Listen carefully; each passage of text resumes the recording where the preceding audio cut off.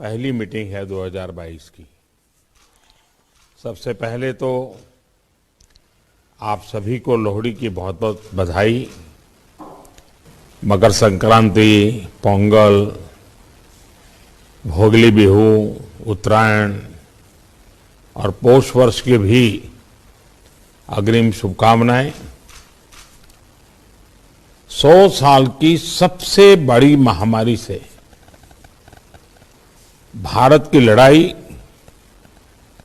अब तीसरे वर्ष में प्रवेश कर चुकी है। परिश्रम हमारा एकमात्र पथ है और विजय एकमात्र विकल्प।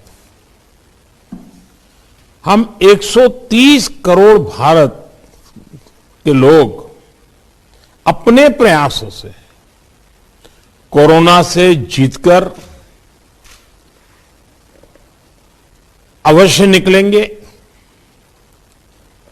और आप सबसे जो बातें मैंने सुनी हैं उसमें भी वही विश्वास प्रकट हो रहा है। अभी ओमिक्रॉन के रूप में जो नई चुनौती आई है, जो केसों की संख्या बढ़ रही है, उसके बारे में हेल्थ सेक्रेटरी की तरफ से विस्तार से हमें जानकारी दी गई है। अमित शाह जी ने भी प्रारंभ में कुछ बातें हमारे सामने रखी है। आज अनेक मुख्यमंत्री समुदाय की तरफ से भी, और वो भी हिंदुस्तान के अलग अलग कोने के, काफी महत्वपूर्ण बातें हम सबके सामने आई है। साथियों, ओमिक्रॉन को लेकर पहले जो संशय की स्थिति थी वो अब धीरे धीरे साफ हो रही है। पहले जो वेरिएंट थे उनकी अपेक्षा में कई गुना अधिक तेजी से ओमिक्रॉन वेरिएंट सामान्य जन को संक्रमित कर रहा है। अमेरिका जैसे देश में एक दिन में 14 लाख तक नए केसेस सामने आए हैं।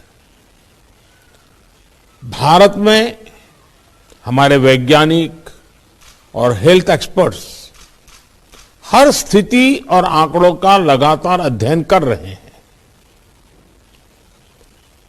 ये बात साफ है, हमें सतर्क रहना है, सावधान रहना है, लेकिन पैनिक की स्थिति न आए इसका भी हमें ध्यान रखना ही होगा।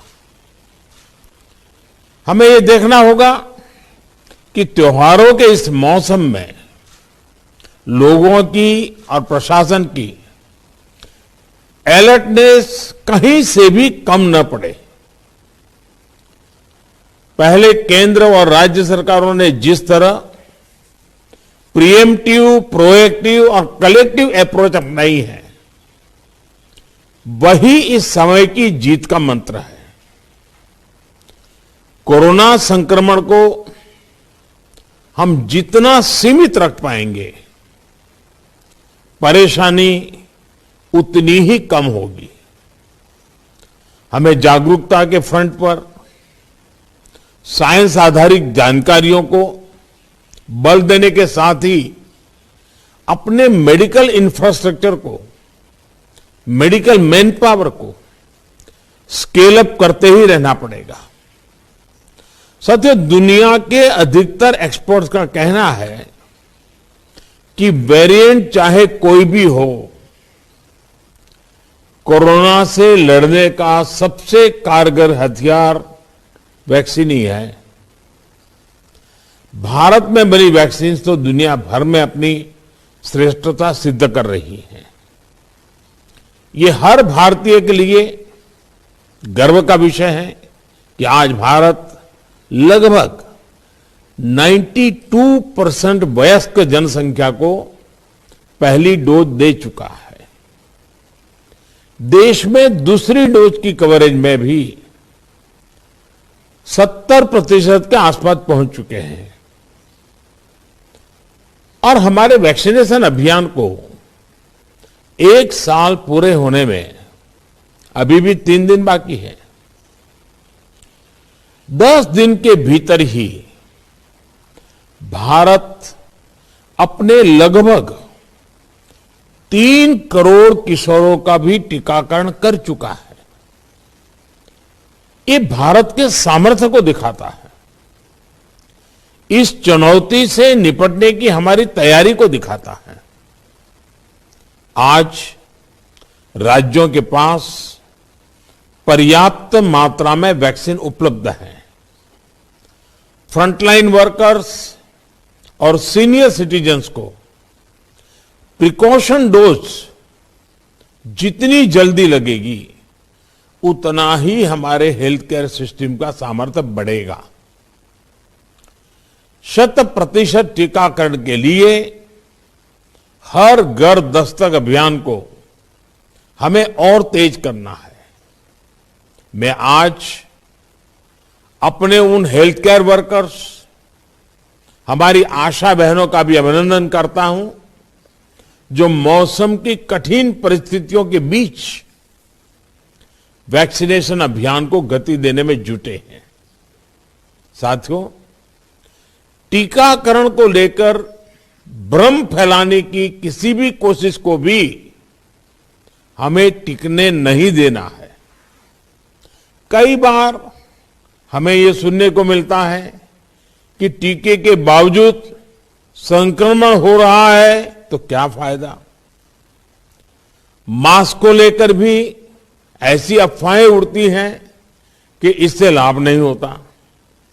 ऐसी अफवाहों को काउंटर करने की बहुत जरूरत है। साथियों, कोरोना से इस लड़ाई में हमें एक और बात का बहुत ध्यान रखना होगा। अब हमारे पास कोरोना से लड़ाई का 2 साल का अनुभव है। देशव्यापी तैयारी भी है। सामान्य लोगों की आजीविका, आर्थिक गतिविधियों को कम से कम नुकसान हो, अर्थव्यवस्था की गति बनी रहे, कोई भी रणनीति बनाते समय हम इन बातों को जरूर ध्यान में रखें।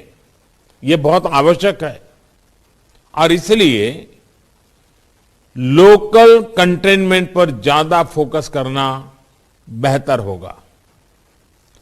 जहां से ज्यादा केस आ रहे हैं, जहां ज्यादा से ज्यादा और तेजी से टेस्टिंग हो, सदुपयोग करते हुए अनेक राज्यों ने हेल्थ इंफ्रा को सशक्त किया है। इसके तहत देश भर मेडिकल कॉलेज और जिला अस्पतालों बच्चों के लिए 800 से अधिक विशेष पीडियाट्रिक केयर यूनिट स्वीकृत हुए हैं। करीब 1.5 लाख नए ऑक्सीजन, आईसीयू और एचडीयू बेड तैयार किए जा रहे हैं। 5,000 से अधिक विशेष एम्बुलेंस और 950 से अधिक liquid medical oxygen storage tank की कैपेसिटी जोड़ी है। इमरजेंसी इंफ्रास्ट्रक्चर की कैपेसिटी को बढ़ाने के लिए ऐसे अनेक प्रयास हुए हैं, लेकिन हमें इस इंफ्रास्ट्रक्चर का विस्तार करते रहना है। कोरोना को हराने के लिए हमें अपनी तैयारियों को कोरोना के हर वेरिएंट से आगे रखना होगा। ओमिक्रॉन से निपटने के साथ ही हमें आने वाले किसी और संभावित वेरिएंट के लिए भी अभी से तैयारी शुरू कर देनी है। मुझे विश्वास है हम सभी का आपसी सहयोग, एक सरकार का दूसरी सरकार के साथ समन्वय कोरोना से लड़ाई में देश को ऐसी ही ताकत देता रहेगा। एक बात हम भली भांति जानते हैं, हमारे देश में एक हर घर में ये परंपरा है, जो आयुर्वेदिक चीजें हैं जो काढ़ा वगैरह पीने की परंपरा है, इस सीजन में उपकारक है। इसको कोई मेडिसिन के रूप में नहीं कहता है, लेकिन उसका उपयोग है। और मैं तो देशवासियों से भी आग्रह करूंगा कि ये जो हमारी परंपरागत घरगथ्थू जो चीजें रहती है, ऐसे समय उसका भी काफी मदद मिलती है, उस पर भी हम ध्यान केंद्रित करें।